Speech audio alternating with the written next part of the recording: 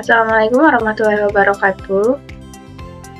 Perkenalkan, nama saya Yolanda Adelia dengan NPM A1M022033 dari kelas 3A. Nah, jadi pada hari ini kita akan mempelajari materi yang berjudul tentang struktur dan fungsi sel. Jadi, yang pertama kita kenalan dulu dengan sel ini. Biologi sel atau sitologi ini merupakan salah satu cabang biologi yang secara khusus mempelajari tentang sel sebagai unit terkecil yang membentuk tubuh makhluk hidup. Jadi, cabang biologi yang mempelajari tentang sel ini adalah sitologi. Nah, pada hierarki organisasi kehidupan, sel ini berada di tingkatan struktural terendah yang masih mampu menjalankan semua fungsi kehidupan. Sel mampu melakukan regulasi terhadap dirinya sendiri, memproses energi, tumbuh dan berkembang, tanggap terhadap lingkungan, serta melakukan reproduksi untuk melestarikan jenisnya. Jadi, sel ini merupakan unit struktural dan fungsional terkecil dalam sistem organisasi kehidupan makhluk hidup. Nah, sel ini adalah unit terkecil yang membentuk tubuh makhluk hidup dan menjadi tempat terselenggaranya fungsi kehidupan.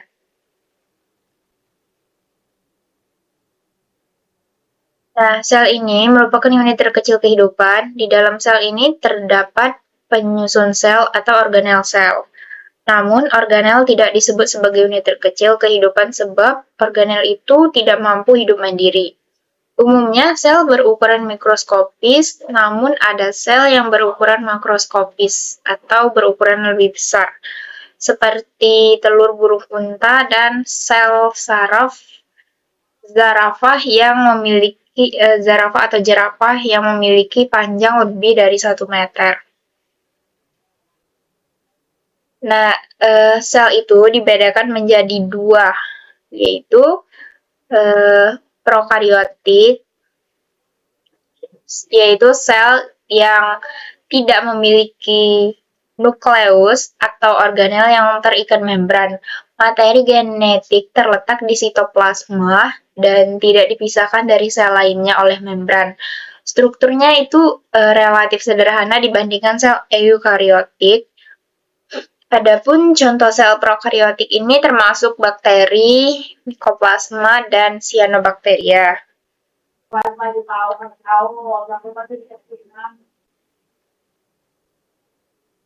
Sedangkan yang kedua itu ada sel eukariotik,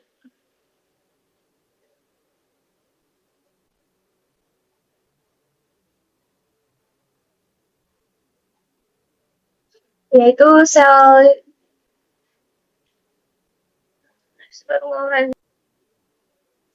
yang memiliki inti yang berisi materi genetik yang dipisahkan dari sel lainnya oleh membran inti, memiliki struktur yang lebih kompleks dibandingkan dengan sel prokariotik. Nah, contoh sel eukariotik ini antara lain pada sel hewan dan sel tumbuhan. Jadi, perbedaannya antara prokariotik dan eukariotik ini, kalau prokariotik itu strukturnya itu relatif sederhana. Kalau eukariotik itu sudah memiliki struktur yang lebih kompleks dibandingkan prokariotik tadi. Nah, pada prokariotik itu dia tidak memiliki nukleus atau organel yang terikat membran. Sedangkan pada eukariotik itu dia sudah memiliki inti yang berisi materi genetik yang telah dipisahkan dari sel lainnya oleh membran inti tersebut. Oke, lanjut.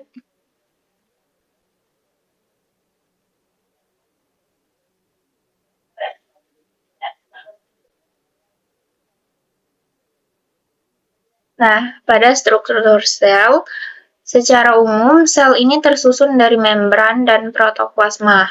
Protoplasma itu tersusun dari sitoplasma atau cairan sel dan organel-organel.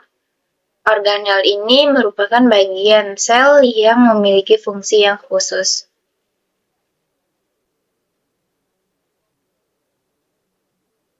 Jadi ini merupakan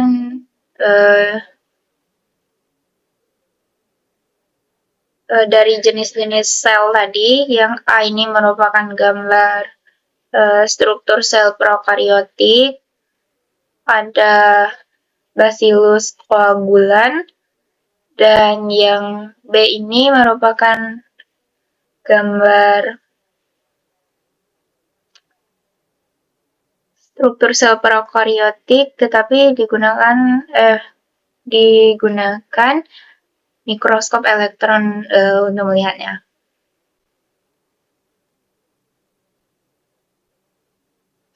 Nah, kemudian struktur sel terdiri atas membran sel, sitoplasma, dinding sel, mitokondria, ribosom, retikulum endoplasma, badan Golgi, lisosom, sentriol, vakuola, plastida. Nah, oke. Sekarang mari kita bahas satu-satu. Nah, membran sel ini dia berfungsi sebagai pelindung dan pengatur lalu lintas zat yang keluar masuk sel.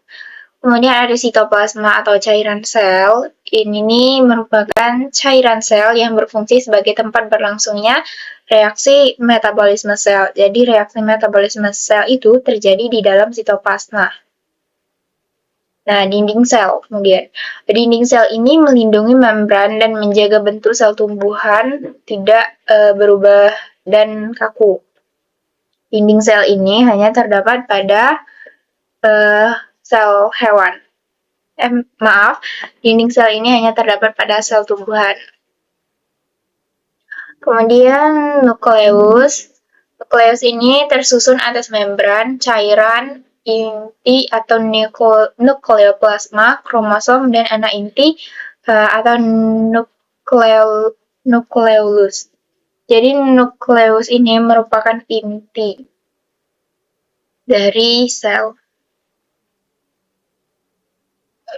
Kemudian mitokondria merupakan organel bermembran yang berfungsi sebagai tempat penghasil energi.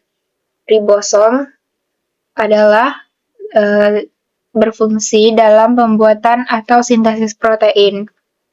Kemudian retikulum endoplasma yaitu saluran berliku yang membentang dari inti sel menuju ke sitoplasma. Selanjutnya badan Golgi ini berbentuk seperti kumpulan kantong yang bertumpuk-tumpuk. Lisosom ini adalah organel berbentuk kantong yang berisi enzim pencernaan. Lisosom ini terdapat pada sel hewan. Nah, kemudian ada sentriol yang berperan dalam pembelahan sel. Dan sentriol juga hanya dimiliki oleh sel hewan. Vakuola. Vakuola ini adalah ruangan sel. Pada tumbuhan yang sudah tua, vakuola berukuran besar, sedangkan pada sel hewan, vakuola itu ukurannya berukuran kecil. Nah, kemudian ada plastida. Plastida ini hanya terdapat pada tumbuhan.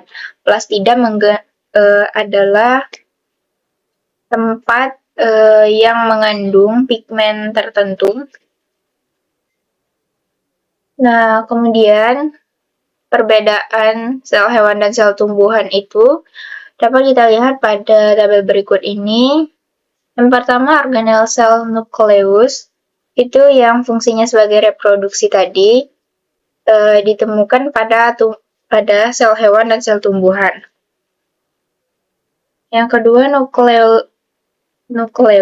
nukleolus yang berfungsi sebagai tempat sintesis ribosom dapat ditemukan pada sel hewan, baik sel tumbuhan. Kemudian ribosom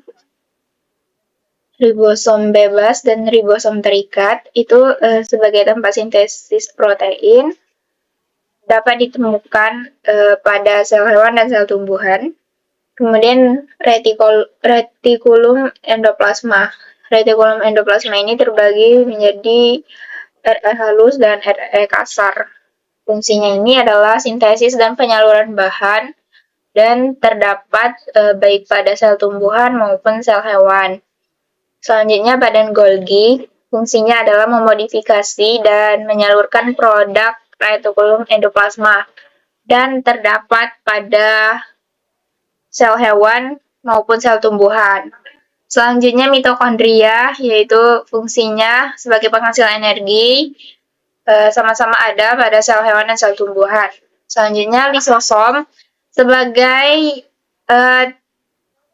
fungsinya dalam pencernaan makanan terdapat pada sel hewan dan sel tumbuhan. Kemudian kloroplas berfungsi sebagai fotosintesis, tidak ditemukan pada sel hewan dan hanya ditemukan pada sel tumbuhan.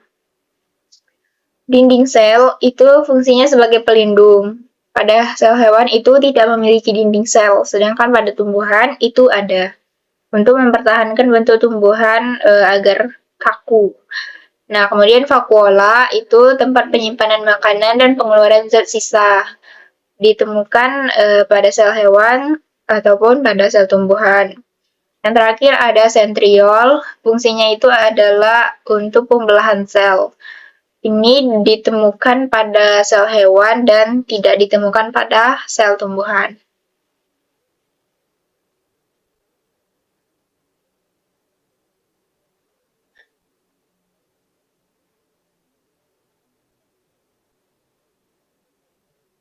Kemudian selanjutnya adalah organel sel. Organel sel ini yang memiliki fungsi khusus. Nukleolus ini adalah organel yang terdapat di dalam sel eukariotik dan berperan sebagai pusat pengontrol sel. Kemudian kromosom berupa struktur yang terdapat di dalam sel dan mengandung materi genetik, yaitu deoksiribonucleic acid atau DNA. Kemudian Golgi yaitu organel yang berfungsi memproses, memodifikasi, dan mengemas protein dan lipid di dalam sel. Vakuola yaitu berperan dalam menjaga keseimbangan udara dan elektrolit dalam sel tumbuhan. Lisosom ini yang terdapat pada sel hewan tadi, dia ini berfungsi sebagai sistem pembuangan dalam sel, yaitu memecah dan mendaur ulang bahan-bahan yang tidak diperlukan lagi dalam sel. Selanjutnya ribosom, berupa organel sel yang berfungsi sebagai tempat sintesis protein di dalam sel. Jadi yang mensintesis protein di dalam sel itu adalah ribosom. Adapun fungsi sel secara umum itu sebagai unit fungsional. Sebagai unit fungsional, sel itu menjalankan semua fungsi kehidupan. Kemudian dalam pembelahan mitosis, sel mampu dan dapat melakukan regulasi terhadap dirinya sendiri. Kemudian berfungsi dalam transportasi. Fungsi transportasi sel adalah untuk mengatur transportasi zat dari luar ke dalam sel dan sebaliknya dari dalam sel ke luar sel.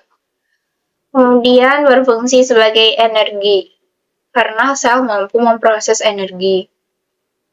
Sel juga berfungsi dalam reproduksi.